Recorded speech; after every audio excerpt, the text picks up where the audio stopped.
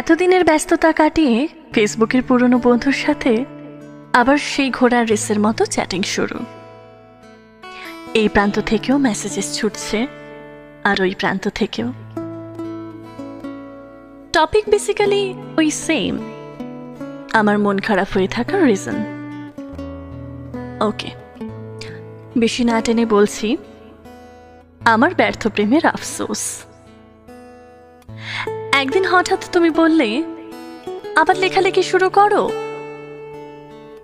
আমি বললাম, এতদিন না লিখতে লিখতে মাথায় মনে হচ্ছে জং ধরে গেছে। ঠিক রীতিমতো নিয়ম মেনে সময় করে তুমি আবার মেসেজেস পাঠালে। আজ কিছু লিখলে?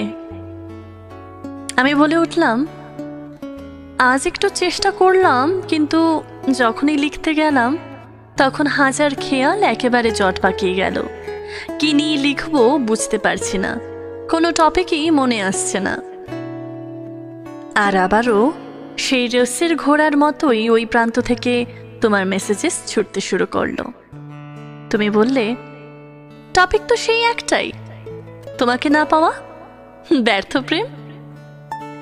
আবারও বললে, নতুন কিছু ভাবো, আনন্দের গল্প, নতুন প্রেমের গল্প কিছু। আমি হাসলাম। তুমি বললে, হাসছো কেন? আর ঠিক সেই সময়ই আমার মনে হলো যে হ্যাঁ, মাথার জটগুলো এবার ছাড়ছে। আজ না হয় এই সময়টা নিয়ে কিছু শুরু করি, আমাদের সেই দুষ্টু মিষ্টি কনভারসেশন।